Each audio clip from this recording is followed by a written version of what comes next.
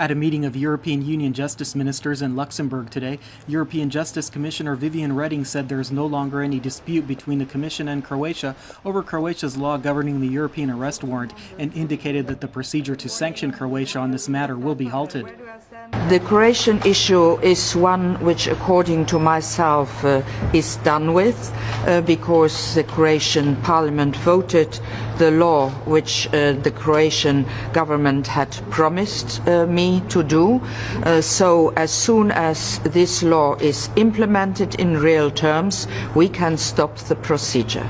Otherwise, Croatian Justice Minister Orsat Miljanić is also participating in the meeting of EU justice ministers, where he is also expected to meet with his Hungarian counterpart to discuss Croatia's extradition request for the CEO of the Hungarian oil corporation MOL. Negotiations are underway in the Croatian Health Ministry for a new collective agreement with the healthcare trade unions. Progress was made last week when the leaders of the physicians, nurse, and branch trade unions finally sat down at the same table and agreed to half of the provisions in the collective agreement. Even so, hospital physicians are continuing their strike, which has entered its third week, and it will last until a new collective agreement is signed.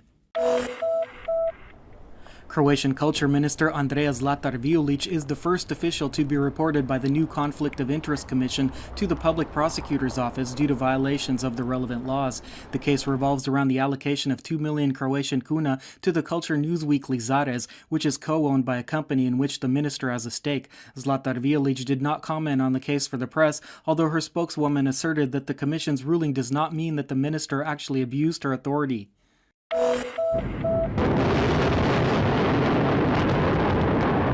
Today is the 22nd anniversary of the bombing of the Croatian government building in Zagreb. On this date in 1991, 2 Yugoslav army fighter jets fired 6 projectiles at the building, where the Croatian president also had his offices at the time. A day later, the Croatian parliament ratified the decision to cut off all official ties between Croatia and the rest of the former Yugoslavia, which is why October 8th is observed as Independence Day.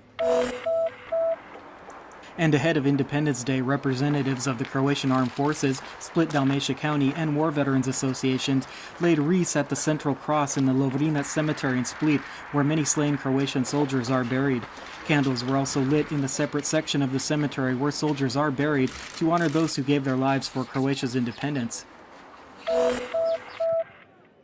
And taking a look at sports, the 12th stage of play in Croatia's Premier Football League concluded on Sunday. Among the highlights, in a home game, Zagreb's Dinamo defeated Rijeka 1-0, while Istra defeated Hrvatski Dragovoljac 2-1.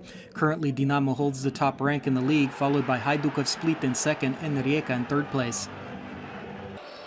In basketball, Zagreb's Cedevita opened a new season in the regional ABA League on Sunday with a win against Mega Vizura from Kruševo, Serbia, with a score of 72-62. Among the other Croatian teams, Zadar defeated Hungary's Solniki 71-67, while Cibona Zagreb defeated Radnički from Kragujevac, Serbia 82-66. And in regional handball action in the SEAHA League, Zagreb's Croatio Siguranje lost to Meshkov 21-19 in an away game played in Brest, Belarus on Sunday. Otherwise, the Zagreb team has already recorded 3 wins in regional play. And finally, the weather forecast for the rest of the day. Skies will be mostly overcast except on the Adriatic coast and at the higher elevations and some parts of the central and northwestern Croatia.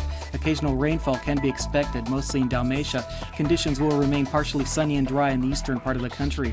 Winds will be light inland, while moderate to strong Scirocco winds will blow on most of the Adriatic coast with gale force gusts at places. The northern coast will get hit with Bora winds with gale force gusts at the foot of the Velebit Massif. Strong winds on the open seas will create waves over 2 meters high, and visibility will be reduced to less than 5 kilometers at places. Today's high temperatures will range from 10 to 12 degrees Celsius inland and from 14 to 19 degrees on the coast.